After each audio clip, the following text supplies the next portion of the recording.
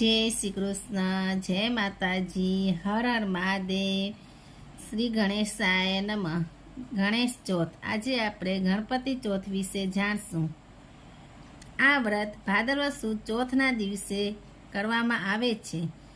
આ વ્રત કરવાથી સુખ, શાંતિ, સમૃદ્ધિ અને સંતાન પ્રાપ્તિ થાય છે. આ વ્રત કરનારે સ્નાનાદિથી પરવારી ગણપતિની પંચધાતુની મૂર્તિ બનાવી તેની સ્થાપના કરવી અને વિધિવત પૂજા કરવી. આ દિવસે ઉપવાસ કરવો. વ્રત કરનારે રાત્રે ચંદ્ર દર્શન કરવાથી કલંક લાગે છે. ભગવાન શ્રી કૃષ્ણે પોતાના પર લાગેલું કલંક દૂર કરવા માટે આ વ્રત કરેલું.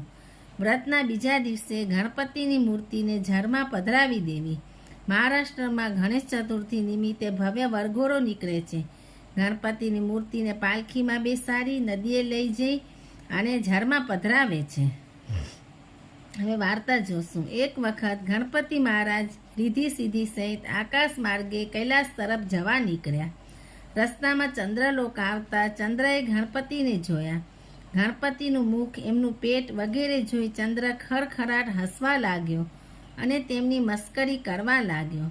આથી ગણપતિ ચંદ્ર ઉપર ખૂબ ગુસ્સે થઈ ગયા અને તેને શ્રાપ આપતા બોલ્યા, ચંદ્ર, તું ખૂબ રૂપાળો છે, એની ના નથી, પણ એના અભિમાનમાં આવી જઈ અન્યની મસ્કરી ન કરાય.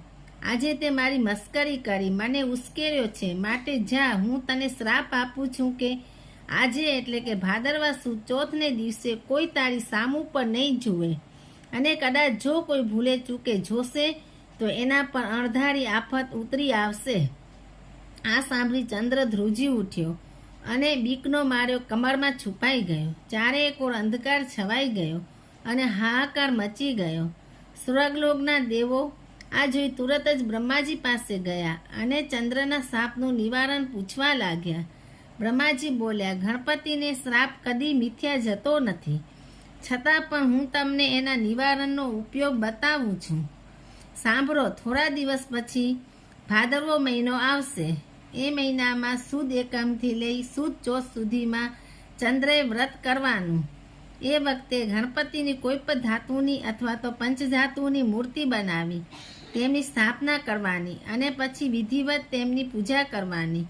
નૈવેદ્યમાં લાડુ ધરાવવો. સાંજે ગણપતિની મૂર્તિને વાતે ગાતે નદી કાંઠે લઈ જઈ ઝરમાં પધરાવી દેવી.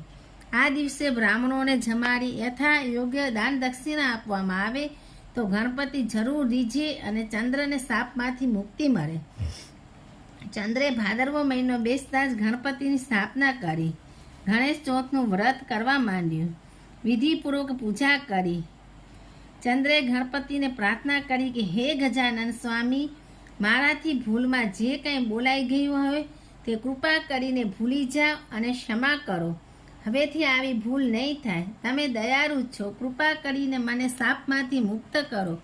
ગણપતિ ચંદ્રની ભક્તિ જોઈ ખુશ થયા અને તેને દર્શન